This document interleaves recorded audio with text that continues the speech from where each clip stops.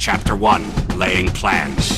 Sun Tzu said, "The art of war is of vital importance to the state." The art of war, then, is governed by 5 constant factors to be taken into account in one's deliberations when seeking to determine the conditions obtaining in the field.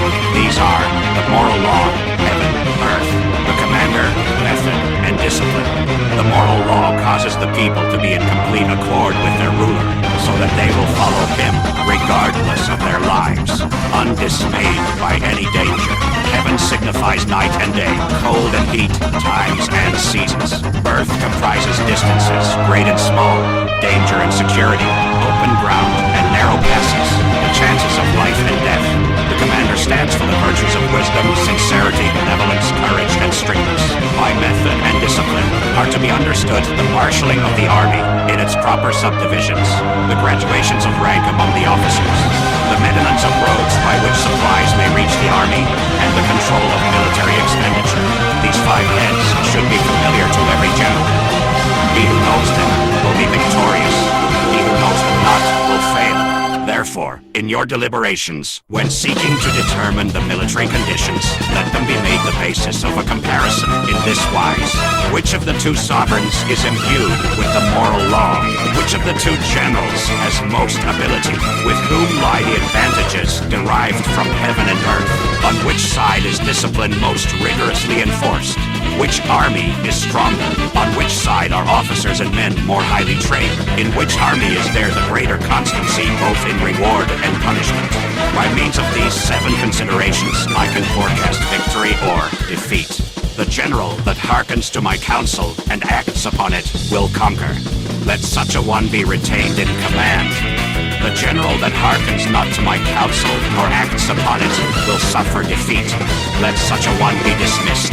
While getting the profit of my counsel, avail yourself also of any helpful circumstances over and beyond the ordinary rules. According as circumstances are favorable, one should modify one's plans. All warfare is based on deception.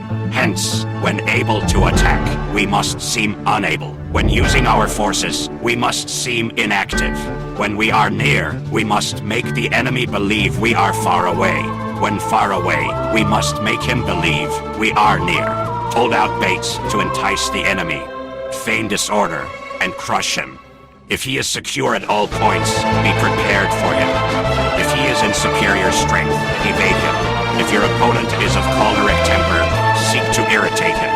Pretend to be weak, that he may grow arrogant. If he is taking his ease, give him no rest. If his forces are united, separate them. Attack him where he is unprepared. Appear where you are not expected. These military devices, leading to victory, must not be divulged beforehand. Now the general who wins a battle makes many calculations in his temple ere the battle is fought. The general who loses a battle makes but few calculations beforehand. Thus, do many calculations lead to victory and few calculations to defeat? How much more no calculation at all? It is by attention to this point that I can foresee who is likely to win or lose. Chapter 2. Waging War. Sun Tzu said, "In the operations of war, where there are in the field 1,000 swift chariots, as many heavy chariots, and 100,000 mail-clad soldiers, with provisions enough to carry them 1,000 li, the expenditure at home and at the front, including entertainment of guests, small items such as glue and paint, and sums spent on chariots and armor, will reach the total of 1,000 ounces of silver per day. Such is the cost of raising an army of men.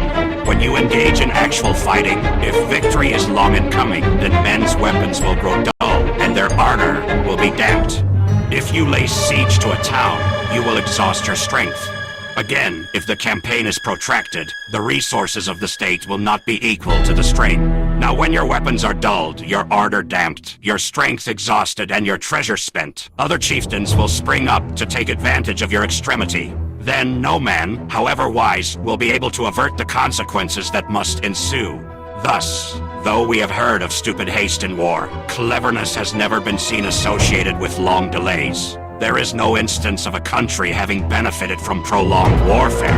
It is only one who is thoroughly acquainted with the evils of war that can thoroughly understand the profitable way of carrying it on. The skillful soldier does not raise a second levy. Neither are his supply wagons loaded more than twice. Bring war material with you from home, but forage on the enemy. Thus the army will have food enough for its needs. Poverty of the state exchequer causes an army to be maintained by contributions from a distance. Contributing to maintain an army at a distance causes the people to be impoverished. On the other hand, the proximity of an army causes prices to go up, and high prices cause the people's substance to be drained away. When their substance is drained away, the peasantry will be afflicted by heavy exactions. With this loss of substance and exhaustion of strength, the homes of the people will be stripped bare, and 3/10 of their income will be dissipated. While government expenses for broken chariots, worn-out horses, breastplates and helmets, bows and arrows, spears and shields, protective mantles, draft oxen and heavy wagons will amount to 4/10 of its total revenue. Hence a wise general makes a point of foraging on the enemy. One cartload of the enemy's provisions is equivalent to 20 of one's own, and likewise a single picul of his provender is equivalent to 20 from one's own store. Now, in order to kill the enemy, our men must be roused to anger. That there may be advantage from defeating the enemy, they must have their rewards. Therefore, in chariot fighting, when 10 or more chariots have been taken, those should be rewarded who took the first. Our own flags should be substituted for those of the enemy, and the chariots mingled and used in conjunction with ours. The captured soldiers should be kindly treated and kept. This is called using the conquered foe to augment one's own strength. In war, then, let your great object be victory, not lengthy campaigns. Thus it may be known that the leader of armies is the arbiter of the people's fate, the man on whom it depends whether the nation shall be in peace or in peril. Chapter 3. Attack by Stratagem. Sun Tzu said, "In the practical art of war, the best thing of all is to take the enemy's country whole and intact. To shatter and destroy it is not so good. So too, it is better to recapture an army entire than to destroy it. To capture a regiment, a detachment, or a company entire than to destroy them. Hence to fight and conquer in all your battles is not supreme excellence. Supreme excellence consists in breaking the enemy's resistance without fighting. Thus, the highest form of generalship is to balk the enemy's plans. The next best is to prevent the junction of the enemy's forces. The next in order is to attack the enemy's army in the field. And the worst policy of all is to besiege walled cities. The rule is not to besiege walled cities if it can possibly be avoided. The preparation of mantlets, movable shelters, and various implements of war will take up 3 whole months, and the piling up of mounds over against the walls will take 3 months more. The general, unable to control his irritation, will launch his men to the assault like swarming ants, with the result that 1/3 of his men are slain, while the town still remains untaken. Such are the disastrous effects of a siege. Therefore, the skillful leader subdues the enemy's troops without any fighting. He captures their cities without laying siege to them. He overthrows their kingdom without lengthy operations in the field.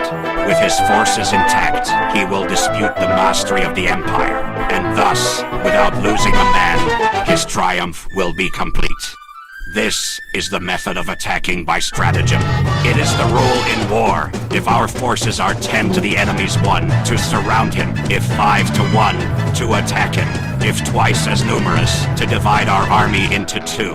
If equally matched, we can offer battle. If slightly inferior in numbers, we can avoid the enemy. If quite unequal in every way, we can flee from him. Hence, though an obstinate fight may be made by a small force, in the end, it must be captured by the larger force. Now the general is the bulwark of the state. If the bulwark is complete at all points, the state will be strong. If the bulwark is defective, the state will be weak. There are 3 ways in which a ruler can bring misfortune upon his army. By commanding the army to advance or to retreat, being ignorant of the fact that it cannot obey. This is called hobbling the army. by attempting to govern an army in the same way as he administers a kingdom, being ignorant of the conditions which obtain in an army. This causes restlessness in the soldiers' minds. By employing the officers of his army without discrimination, through ignorance of the military principle of adaptation to circumstances. This shakes the confidence of the soldiers. But